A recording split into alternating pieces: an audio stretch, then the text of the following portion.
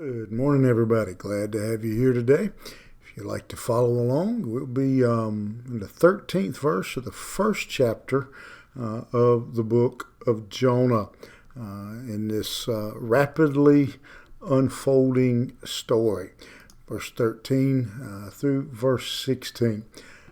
In the middle of the storm, says, "Nevertheless, the men rowed hard to bring it to the land, but they could not, for the sea wrought and was tempestuous against them. Wherefore they cried unto the Lord and said, We beseech thee, O Lord, we beseech thee, let us not perish for this man's life, and lay not upon us his innocent blood. For thou, O Lord, hast done as it pleased thee." So they took up Jonah, cast him forth into the sea, and the sea ceased from her raging. Then the men feared the Lord exceedingly, and offered a sacrifice unto the Lord, and made vows. At this point, we see Jonah's disobedience coming full circle. It has reached its pinnacle. Jonah has made a bad decision. He has made a deliberate decision. That is one of the key things to notice about the story of Jonah, is that this isn't an accidental whoops kind of thing. This was a deliberate decision where he chose his disobedience and chose to run away from the Lord. And we see his disobedience had some very distinct ramifications, some very real problems. It caused him to leave, to go away. He made a decision here, not just to run away from the Lord, but in doing so, he decides to run away from home, from family, from everything that is familiar to him.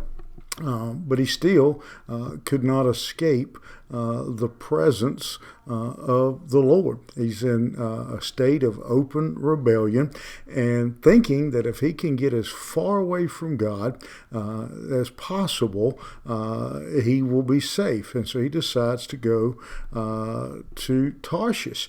This is again about 2,500 miles in the wrong direction for Jonah.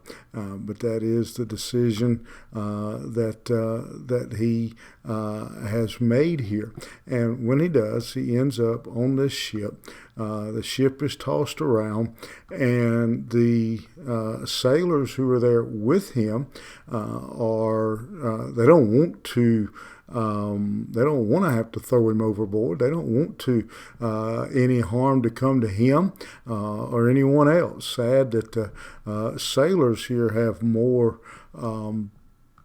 integrity than what Jonah has, and so they finally they plead with God and they beg God. They do everything they can. They row as hard as they can to try to save. They cry out to God.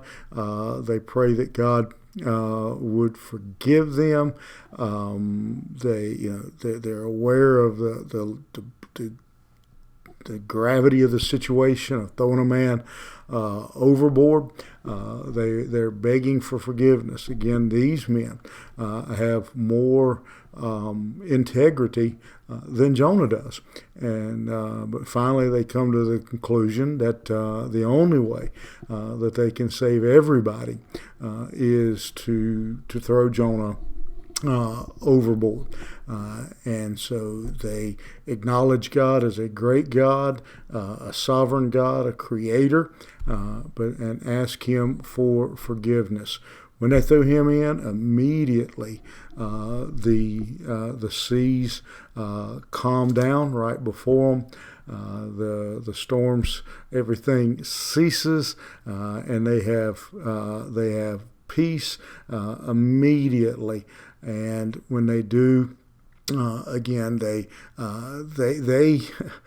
they have the fear that Jonah said that he had.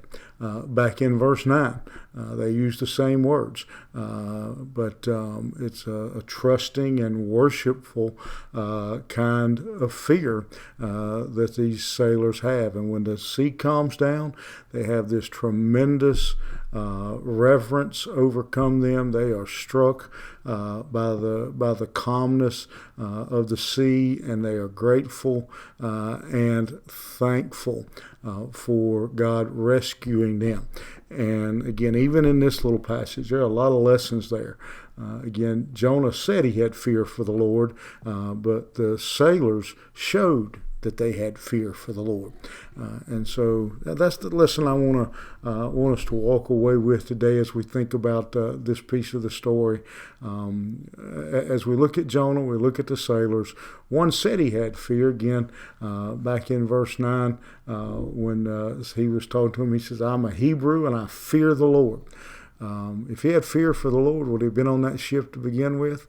Would he have been headed to Tarshish to begin with? But the sailors have fear, and their fear of God puts them into, again, not talking about a scared fear, but a worshipful fear that they have causes them to act differently. Does the fear, the love, and the respect, the reverence that we say we have for God, does it show up? Is it apparent in our life? That is the question that we'll leave on the table today. You think about it. Have a great day. We'll see you back here tomorrow morning.